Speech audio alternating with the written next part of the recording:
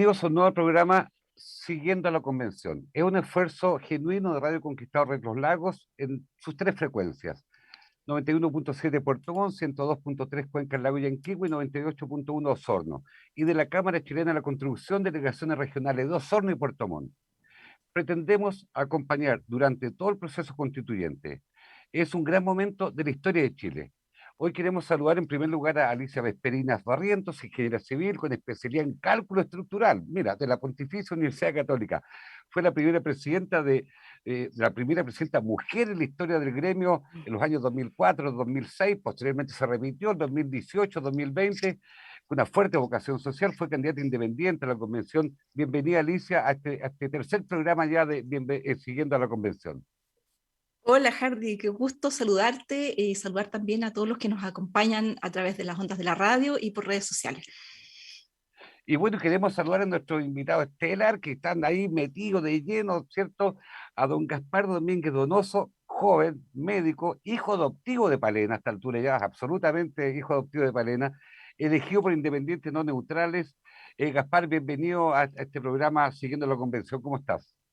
Hola Hardy, buenas tardes también Alicia, un gusto poder conversar con ustedes de cómo se está dando la situación en la convención. Sí, ustedes son los que están ahí redactando esta nueva parte de la historia. Tenemos apenas 211 años de vida republicana y primera vez en la historia que se está siendo redactada la Carta Magna por hombre y mujer, en fin, del pueblo originario, con paridad de género, de norte a sur de nuestro territorio.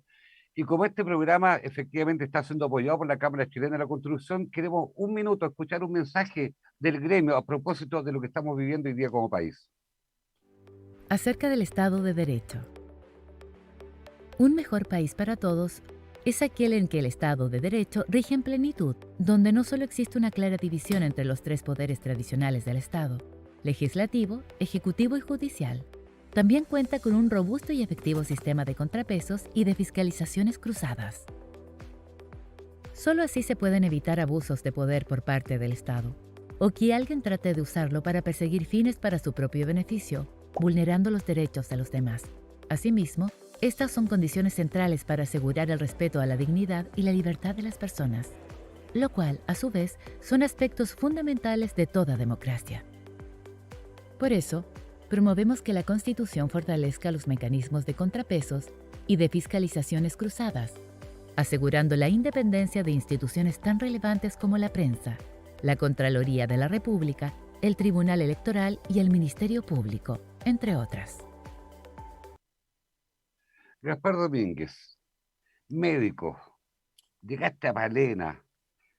¿Pensaste alguna vez en tu vida que iba a estar hoy día en un momento tan histórico, una de las personas responsables de escribir, de redactar la nueva Constitución? Hablemos un poco de esa parte, de qué has sentido tú.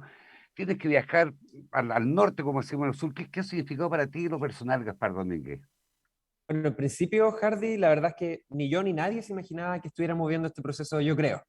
Entonces, nadie imaginaba que otro lo iba a estar escribiendo, menos nos imaginábamos que le iba a tocar a uno mismo, ¿cierto? La verdad, mi último cargo de elección popular fue ser presidente de curso del cuarto medio C el año 2006.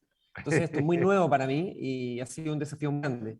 Y sobre el cambio de vida personal, la verdad ha sido muy complejo. En la convención somos 155 constituyentes y yo creo con bastante seguridad que soy probablemente de toda la convención el que más tiene que viajar para llegar. La segunda persona que más tiene que viajar es la persona del pueblo Cahuéscar, que tiene que tomar una barcaza por 4 horas a Punta Arenas y tomar un avión.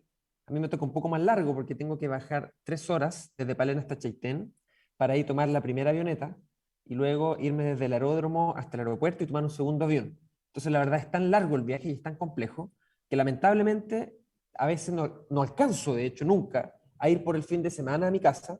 Entonces he tenido que quedarme una semana acá, 2 semanas acá y una semana allá. Y así me he estado como moviendo. U otros convencionales cuando tienen su semana territorial, que se van, por ejemplo, en el distrito de Alicia, Harry Jürgensen, por ejemplo, que era compañero de lista de Alicia. Él va para allá, se quedará en su casa, sospecho, y sale a hacer su visita territorial.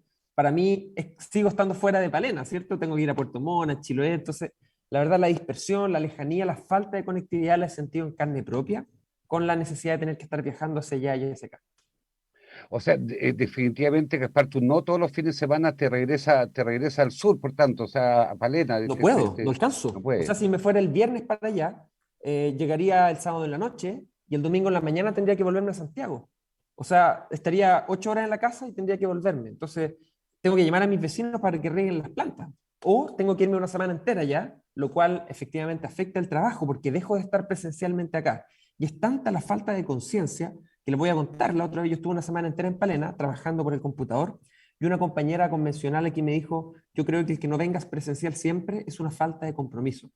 Yo le dije, oiga, ¿le gustaría? La invito a Palena, vamos un fin de semana juntos para que usted vea la magnitud del viaje. Por cierto que rechazó la invitación. Mira, antes de conversar con Alicia, pero Gaspar, sigamos en esto que tal vez le puede interesar mucho a nuestra gente del sur, ¿cierto? Esta región de los lagos, 840.000 habitantes, 30 comunas, territorio insular. Yo tengo harto más años que tú. Mira, cuando era chico, la gente que venía de Palena, Llanada Grande, eran horas, en fin, era. eh, eh, ¿Qué significó también para ti la convivencia al interior de la convención? Porque en este programa no queremos hablar de los flecos, no queremos hablar de la estridencia, queremos hablar más bien de las cosas buenas que están ocurriendo. Se constituyó el 4 de julio, ¿cierto? Se eligió una mujer además, Elisa Loncón, con todos sus credenciales académicas, en fin, el hecho además de ser pueblo originario. Pero para ti en lo personal, que te viniste al sur a vivir, ¿qué ha significado la convivencia interna? Ya se aprobó el reglamento, ahora están en las comisiones, después queremos hablar de las comisiones. La convivencia democrática, cívica, ¿cómo ha sido para ti? ¿Cuál es tu mirada que tiene Gaspar ya en estos cuantos hartos meses que han pasado ya? Sí, ha pasado, esto es como un reality show, yo siento, Mm. como pasa el tiempo, como nos conocemos. La verdad ha sido muy, muy bueno. Yo en lo particular me llevo bien con todas las personas de la convención y converso con personas como Hugo Gutiérrez, me mato de risa, después con la Tere Marinovich, de nuestro distrito, con la Adriana Ampuero, la Katy Montalegre, conversamos, en el patio nos reímos. La verdad, yo creo que para poder comprender cómo es la dinámica de interacción acá, hay que imaginarse más o menos como ir a la universidad o al liceo. Llegué aquí, tenemos un curso con 154 compañeritos, donde ninguno se conoce, unos vienen del norte, otros del sur, unos son muy habilosos en unas materias, otros son muy habilosos en otras materias, hay unos que tienen una religión, otros tienen otra, unos de pueblo originario, otros somos Winca. Entonces, esa heterogeneidad de personas que no nos conocíamos, en principio, por cierto, que tuvo la dificultad de conocerse con un otro que no conocemos. Pero yo te diría que la propia interacción del día a día, las reuniones, el trabajo, sentarnos a conocernos, porque gritar para la galería es súper fácil cuando uno no conoce a la persona. Pero cuando tenemos que sentarnos en una mesa a conversar, no queda más que escuchar razones, intentar convencer al otro y intentar dejarse ser convencido. Y ese diálogo ha sido muy ameno, muy fructífero, y es por eso que yo tengo mucha esperanza en este proceso.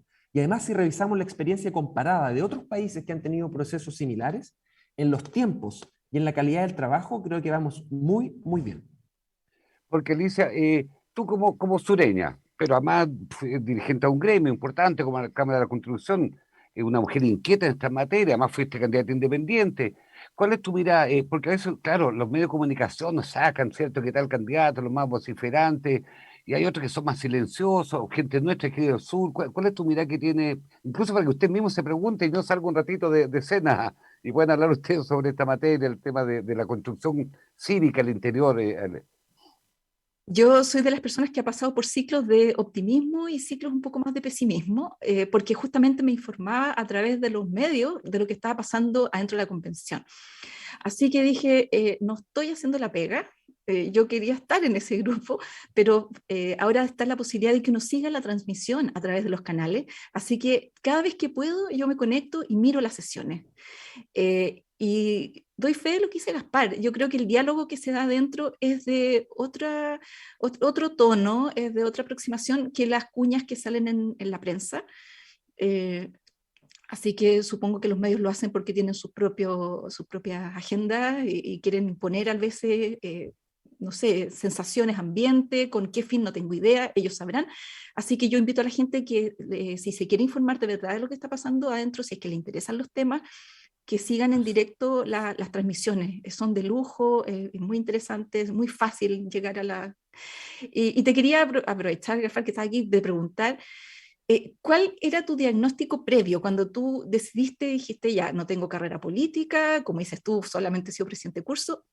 ¿Qué diagnóstico hacías tú del país, de la sensación política, de la convivencia social, que te impulsó a decir, yo quiero estar ahí? ¿Qué fue? ¿Cuál fue tu motivación? Bueno, yo creo que hay dos elementos que son muy claros y que reflejan y probablemente representan a muchas personas. Yo no sé si tuviste el tiempo, Alicia, perdón, lo autorreferente, quizás de escuchar la intervención que hice en el discurso de apertura, pero yo expliqué bien en detalle dos elementos.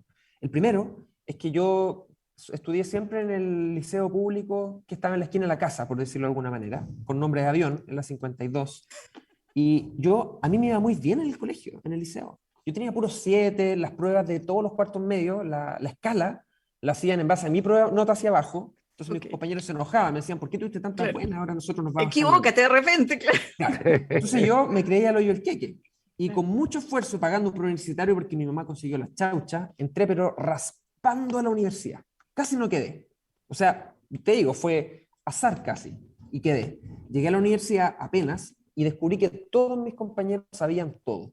Repetían las respuestas como mantra, hablaban varios idiomas, habían estado fuera del país, llegaban en auto. Y yo que venía a un liceo que quedaba en la esquina de mi casa con 6 hermanos, hijo de una mamá separada, que era estudioso, que sabía todo lo que tenía que saber para los medios que tenía, digamos, andaba a patas con los rojos. Y así fue Mira. en la universidad. Entonces yo llegué a pensar y tuve la convicción completa de que esto no era para mí. Yo no estoy preparado para esto. En realidad, esto es para gente más inteligente. Yo lo pensé. Sentí culpa por eso. Y bueno, seguí estudiando, seguí avanzando y finalmente se fue emparejando la cancha y terminé la carrera con una de las notas más altas. Fui puntaje nacional en el examen médico nacional, que es el examen que le hacen a los médicos, y descubrí a poco andar de que yo era igual que los demás. Pero me formé en la educación pública, con acceso a las cosas que tienen las personas que no tienen plata. Entonces, ese fue el primer como golpe, o el primer charchazo, podría decir. Oye, espérate, aquí claramente existe una educación buena para quienes pueden pagarla, donde tienes una calidad de educación mejor y tienes redes de contacto mejor, y una educación para el resto. Y yo estudié en esa. Y después como médico, desde la esfera o desde el lado del sistema, yo atendía pacientes y veía que, no sé, la lista de espera para hacerse la endoscopía es gigante, que pasa mucho tiempo, pero el paciente que tenía 50 lucas porque el hijo le mandó o porque tiene buena pega, va y se la hace al tiro. Quizá aunque no sea tan grave, quizá aunque no sea tan urgente, pero la persona que la necesita mucho, que es urgente, si la lista de espera es larga y no tiene la plata, jodido. Entonces, en estas dos cosas que son tan la experiencia vital de la educación y la experiencia vital de la salud viéndola en mis pacientes, yo organicé con colegas vacas. Oye, hagamos 10 lucas cada uno y pagamos este examen a esta señora. ¿Cómo lo hacemos? Llamando al alcalde, oye, consigamos el pasaje porque esta señora necesita viajar, no tiene plata. Entonces, un poco ver esa diferencia absurda, brutal, de acceso a salud, a educación, según cuánto puedes pagar. Me hizo mucho sentido después ver las demandas sociales en los carteles, en la revuelta social, el estallido, como quieras llamarle, que la gente salud de calidad, educación de calidad. Bueno, es muy evidente, es muy evidente. Gaspar, disculpa, porque es bueno que nuestros auditores sepan, tú eres médico, te viniste a ir a Palena, que es como la imagen de los antiguos médicos. Yo cuando era cabro llegaban los médicos del norte y eran médicos general de zona, en fin, y te fuiste a Palena.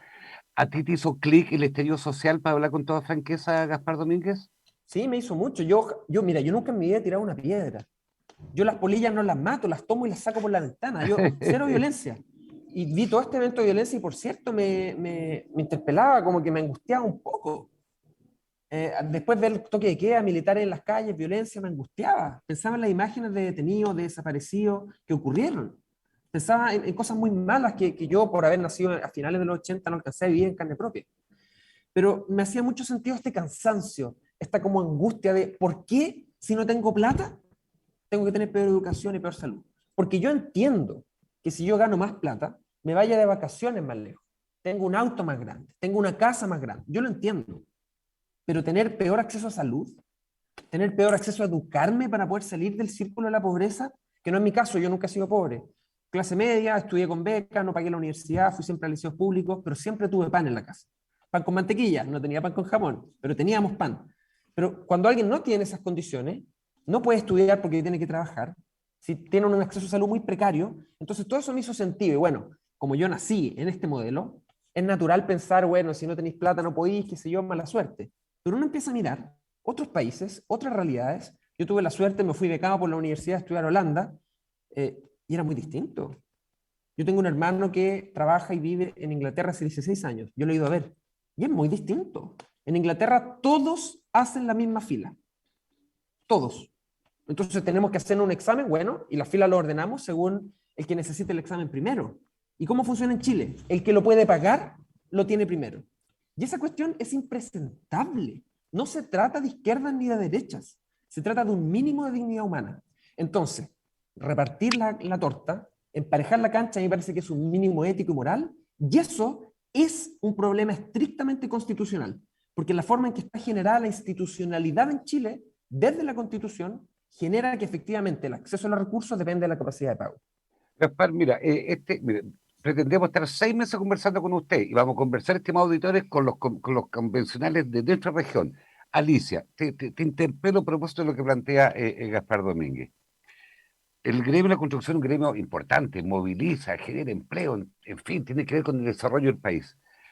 Lo que dice Gaspar Domínguez, te hace sentido el tema de la élite, a veces una élite desconectada, que también, a veces, como se dice vulgarmente, está mal parido, digamos, esta injusticia, que Está se han mal pelado el visto, chancho, como está decimos mal acá. pelado el chancho. Si tú, En vivienda Sí. pasa lo mismo, que el área de O Alicia, en sea, vivienda pasa lo mismo. es que yo creo que habría que ser ciego para no querer ver esa realidad que es del tamaño de una catedral.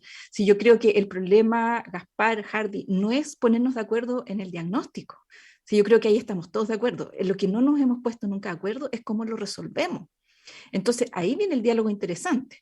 Porque si tú tienes que operar a un hijo y tú dices, oye, ya, perfecto, me voy al sistema público y tengo que esperar 3 años y tú dices, la pasada se me puede morir, y está este otro sistema en donde yo puedo pagar y puedo ir, ¿tú crees que no lo vaya a hacer por un hijo? O sea, lo vas a hacer. Es una cosa que no me pidas que ande, vaya contra la naturaleza. O sea, eso sí.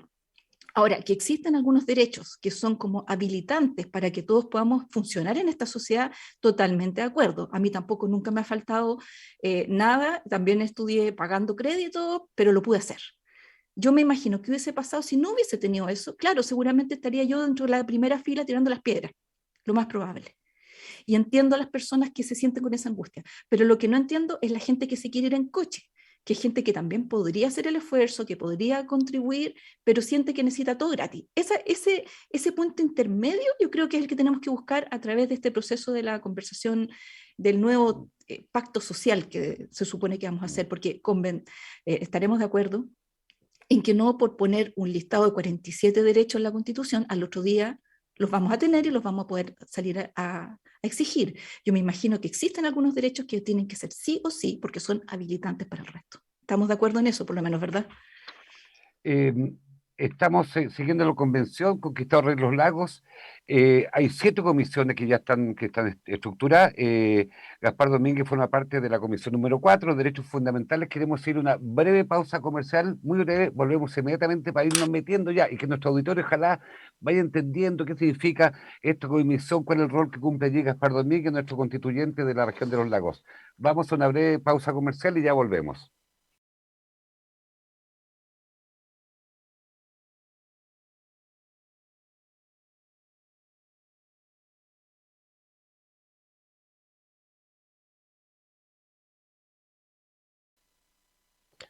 Siguiendo a la convención en Conquistadores de los Lagos. Hoy día con Alicia Vesperina, de la Cámara de la Construcción de Osorno, pero además una mujer ingeniera industrial, civil industrial, y con Gaspar Domínguez, nuestro constituyente en Distrito 26.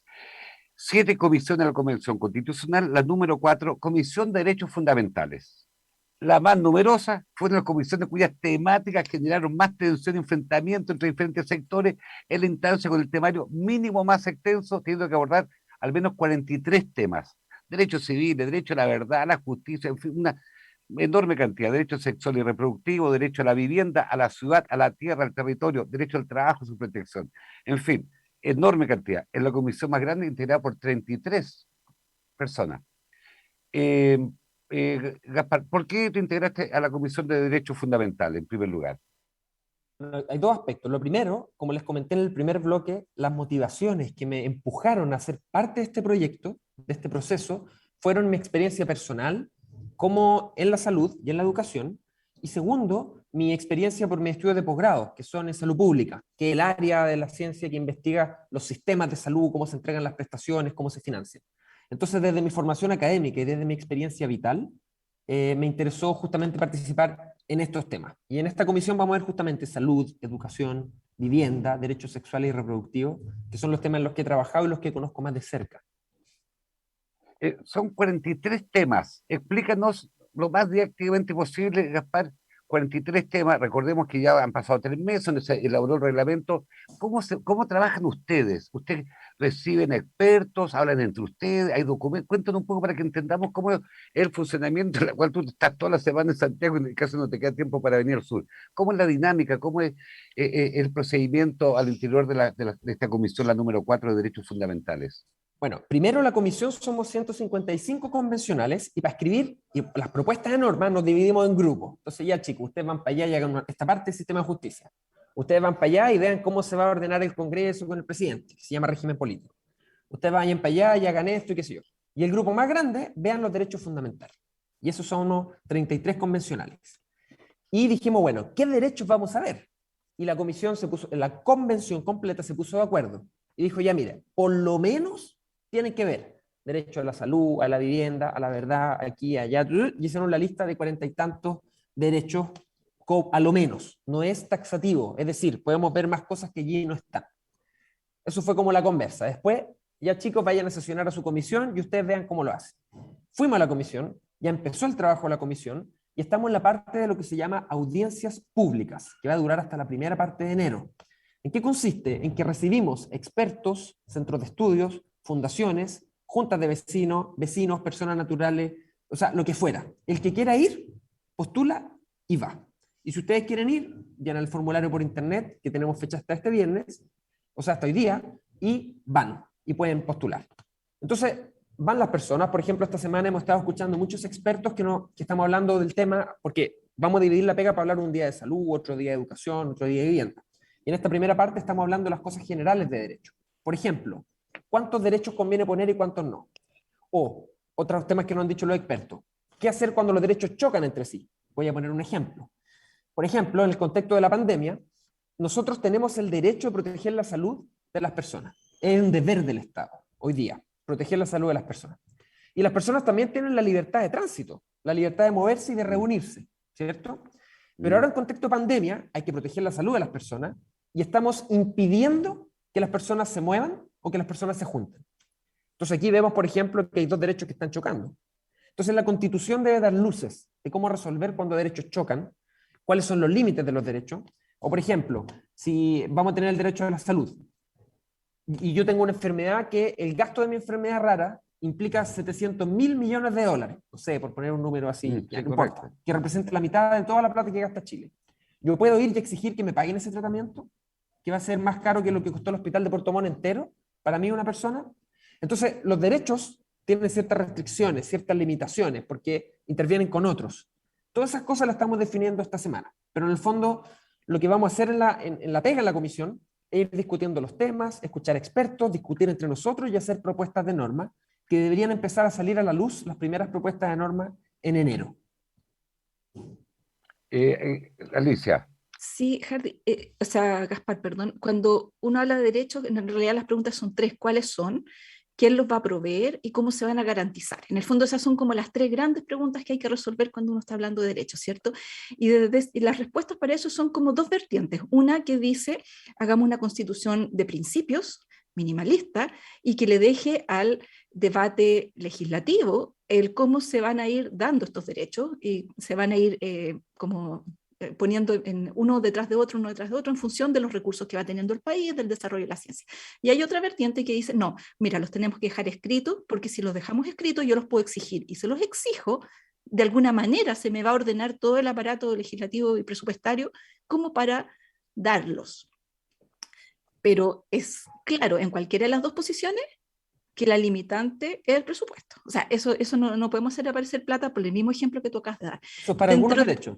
Para algunos, pues por eso. Los derechos sociales, de hecho, se puede dejar, los políticos y civiles ni siquiera me voy a referir, porque esos están dados y garantizados por otro tipo de tratado, y yo creo que eso ni siquiera van a debatirse. Pero los vamos a discutir, por ejemplo, perdón, disculpa, por ejemplo, la libertad de expresión es una discusión que en Chile no hemos tenido. ¿Cuál es el límite de la libertad de expresión? Tienes razón. O el derecho a sufragio. Hay que profundizar. ¿Los presos van a poder votar los presos en nuestra nueva constitución? Tienes razón, yo creo que hay que darle dos vueltas más, pero es un debate más bien filosófico.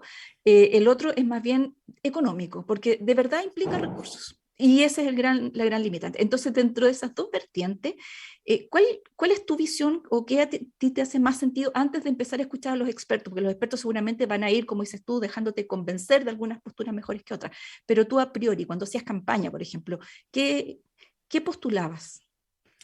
Bueno, como dijimos recién, por ejemplo, en salud, yo creo que la gente tiene que tener derecho a la salud, debe estar ratificado y debemos entrar a picar ya como, bueno, ¿y cómo vamos a ejecutar esto? Porque la salud sale plata y Y la mucha. plata es limitada. Entonces, cuando yo meto todas las huevos a la canasta de la salud, le estoy sacando a otra.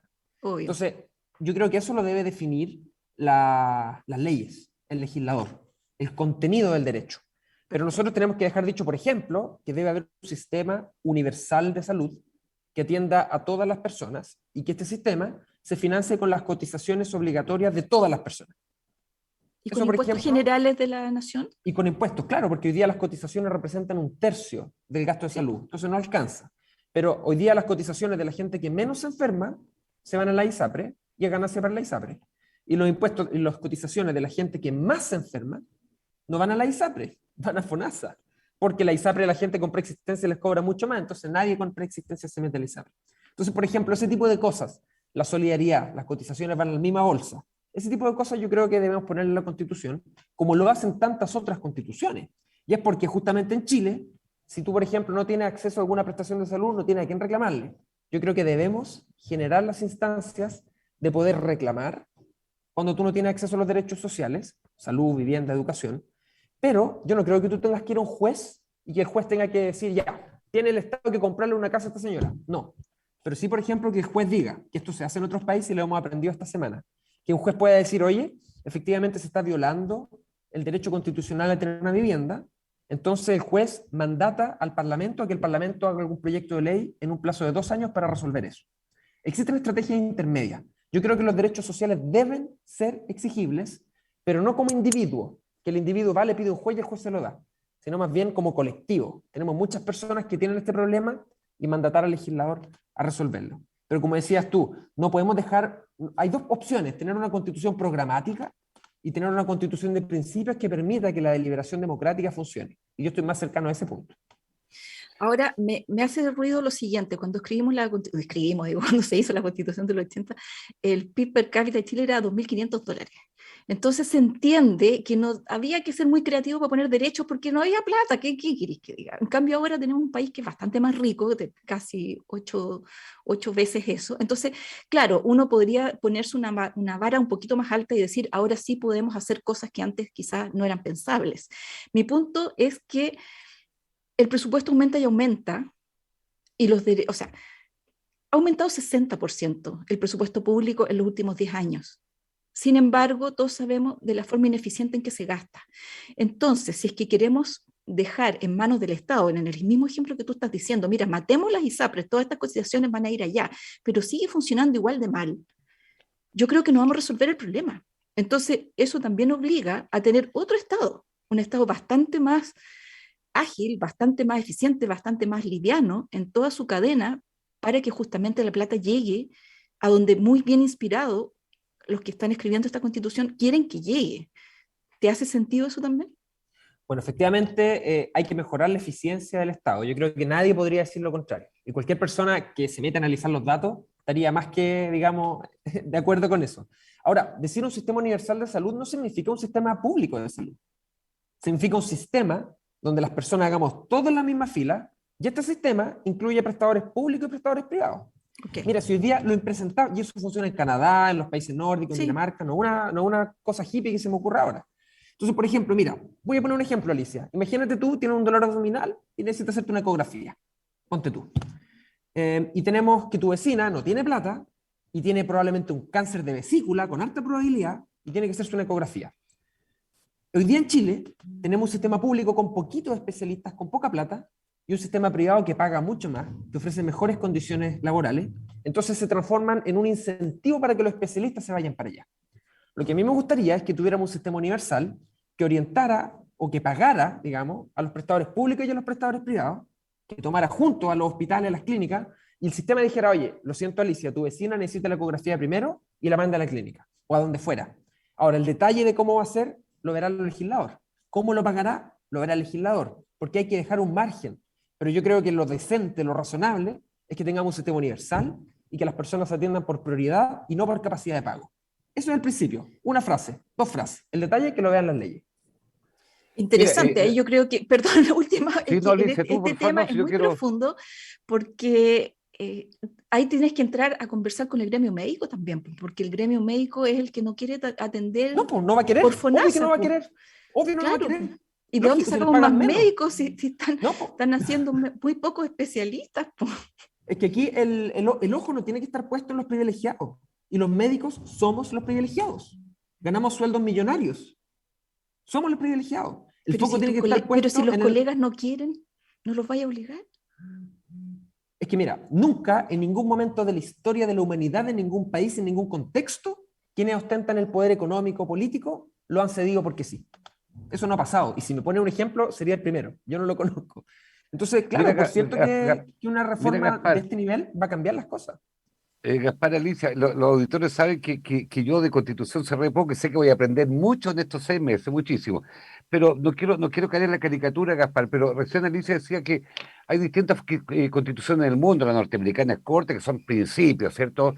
Y a partir de ahí, posteriormente se van promulgando leyes.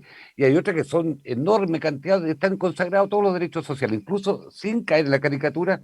La constitución de Hitler tenía como en el, no sé si el lugar número 1 o 2 el derecho a la vida, y mira cómo terminó, y las soviéticas están consagrados todos los derechos sociales, pero había un problema de vivienda, había un problema, en fin, de la cosa más básica, porque, porque lo que plantea Alicia, y por eso te pregunto, Gaspar, cuando en la comisión de ustedes, derechos fundamentales, hay 43 temas, enorme cantidad, y los temas que son los temas, yo creo que los más sustantivos para el desarrollo de la sociedad. Eh, ¿Qué podemos esperar los ciudadanos? Mire, cuando se dice, por ejemplo, derecho individual y colectivo indígena y tribal, derecho a la vivienda, a la ciudad, a la tierra, y después sigue, son 43 temas. Em, Cada A lo uno de estos menos, temas a lo va menos. a tener... ¿Cómo? A lo menos, claro. A lo menos. ¿Qué podemos esperar, por tanto, todos los ciudadanos de este trabajo que están haciendo ustedes, Gaspar? Sí, yo creo que lo primero que podemos esperar, Hardy, es que por primera vez en la historia de Chile nos sentemos a conversar qué es lo que queremos. Eso es lo novedoso, porque la constitución anterior fue escrita por un grupo de hombres, todos de la zona central, que pensábamos más o menos lo mismo. Ahora nos sentamos en una mesa a conversar democráticamente. Y después de que tengamos una propuesta que se va a construir con cabildos, participación, audiencia, la ciudadanía tendrá que votarla en un plebiscito. Entonces, eso es lo primero y lo más importante.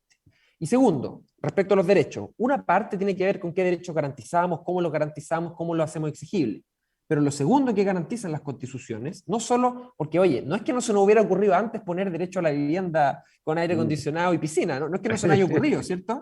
Es importante generar una institucionalidad política que permita que cuando la política, la gente, la ciudadanía, los pueblos se ponen de acuerdo con algo, ese algo se puede hacer.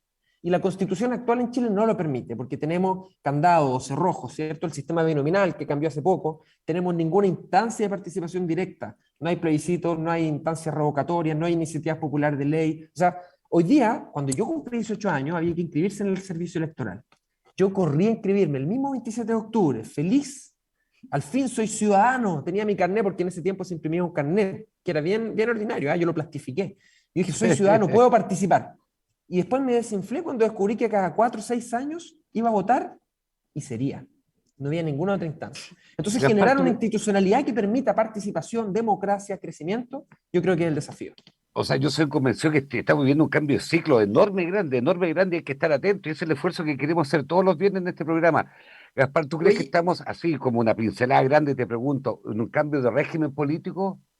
Por cierto, o sea, los libros de historia, en el futuro, van a decir, o sea, el tiempo de la colonia, la independencia, ¿cierto? Como digamos los capítulos, la dictadura, después la etapa post-dictadura, y la etapa post-dictadura se acaba ahora, porque ahora muere la constitución de Pinochet.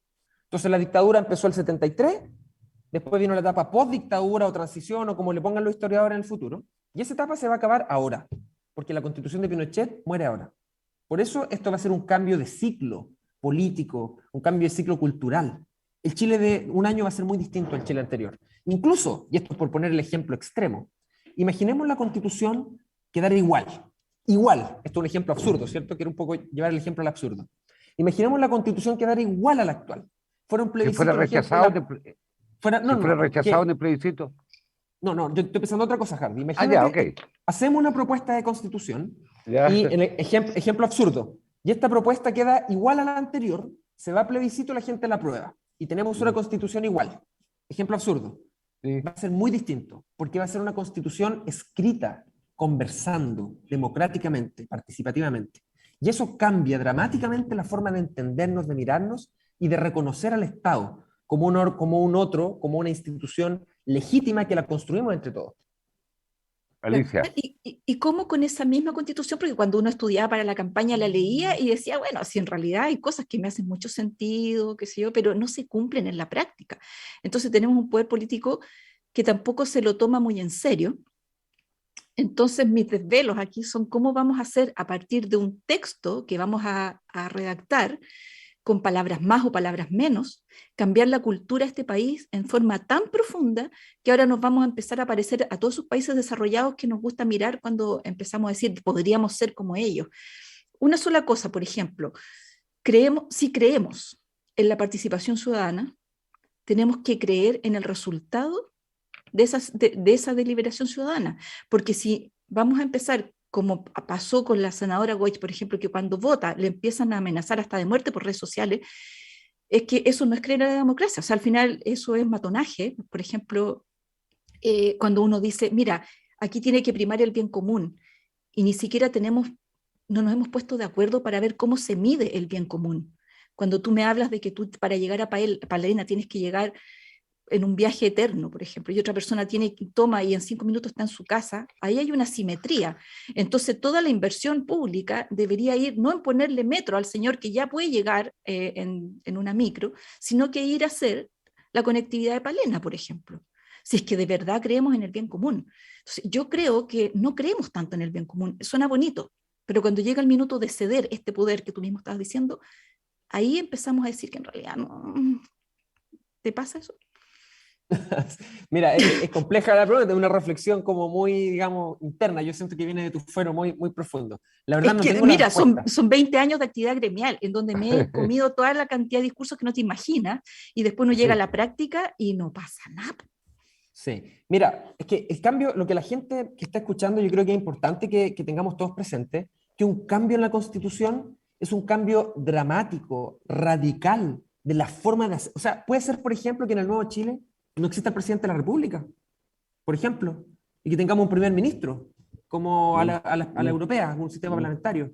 Puede ser que en el nuevo Chile, si yo junto 200.000 firmas, mando un proyecto de ley al Parlamento y los parlamentarios tienen que votarlo, sí o sí.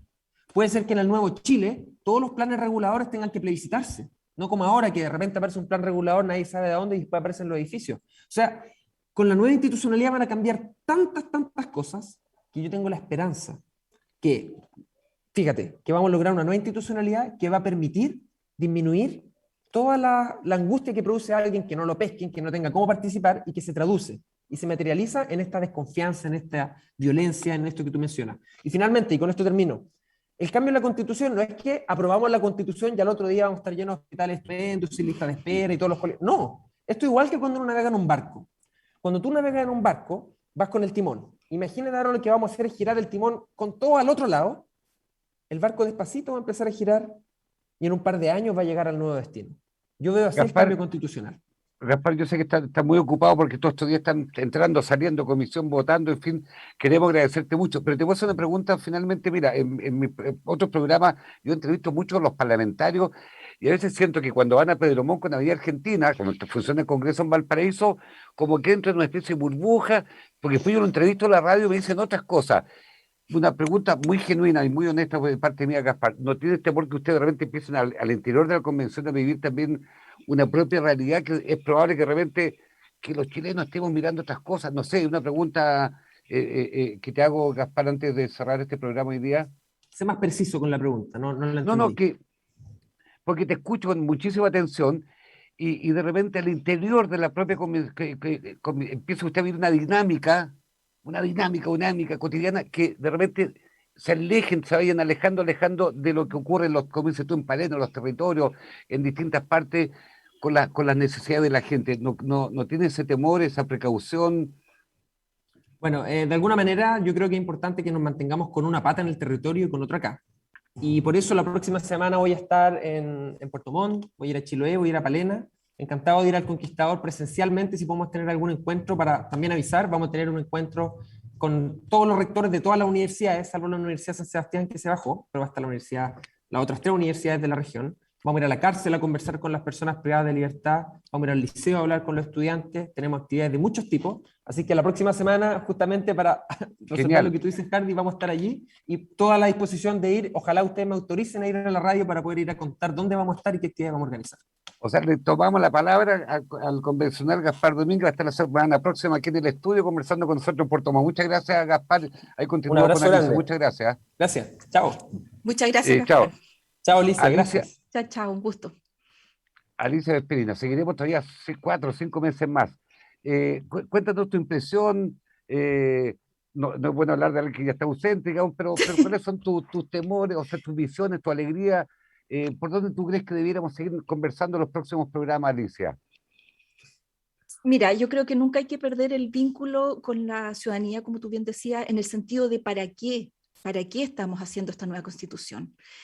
Esta es una invitación a que participemos todos de un debate, de hacernos cargo de estos problemas. Mira, es evidente que hubo un estallido social que es como cuando tú revientas y quieres romperlo todo porque estás con una rabia, pero después que se te pasa la rabia, tú tienes que decir, ya, ok, pero no podemos seguir en esta dinámica rompiéndolo todo, porque de esa manera no vamos a resolver las cosas. Las vamos a resolver examinando y poniéndonos de acuerdo qué cosa nos llevó a esa crisis. Y esta crisis, Hardy, yo la veo que partió por lo menos hace 15 años atrás, cuando se desvinculó absolutamente el poder político de los ciudadanos. Mira, este país venía creciendo, este país venía superando el déficit habitacional, se venían haciendo las cosas bien, pero de repente yo creo que víctima del mismo éxito, empezó a haber mucho más presupuesto, empezamos a tolerar más cosas, empezamos a ser más desprolijos, como cuando no cuidas los pesos, ¿no es cierto? Porque como que alcanza para todo, y de repente entró fuerte la corrupción, ya hay muchas cosas que no nos asombran, y perdimos la brújula. Y perdió la brújula, lo peor, no nosotros, porque nosotros no tenemos un pito que tocar aquí, pero las élites. Las élites se desvincularon de la ciudadanía, no se acuerdan para qué eran electos, venían a hacer campaña, ponían una pancarta, un eslogan, un jingle bonito, uno tenía que votar, y eso era la democracia. Y la democracia no es eso, la democracia es que todos nos sintamos parte de este proyecto. Así que yo feliz de que sigamos conversando estos temas todas las semanas si es necesario, y feliz de vincularnos con nuestros representantes, que yo encuentro que son de lujo, así que estoy muy feliz también de que ellos hayan salido electos. Y rápidamente tenemos que ir despidiendo este tercer programa. Hoy estuvimos con Alicia Vesperina Barrientos, ingeniero civil, especialidad en cálculo estructural. A ver, un día le voy a preguntar qué hacen exactamente eso ¿Qué de la hacen los Católica de calculistas? Santiago. Hacemos Sí, el esqueleto de las estructuras. sí, lo sé. Y también con el convencional constituyente, con Gaspar Domínguez Donoso, joven médico de Palena. Estimados auditores, queremos agradecerle mucho. Esperamos de verdad, sinceramente, que sea ojalá un programa lo más didáctico posible. Queremos sus opiniones, que nos escriban a Conquistador de los Lagos, la misma Cámara Chilena de la Construcción. Estaremos conversando todos los viernes siguiendo la convención. Que estén muy bien, buen fin de semana. Muchas gracias. Chao, chao.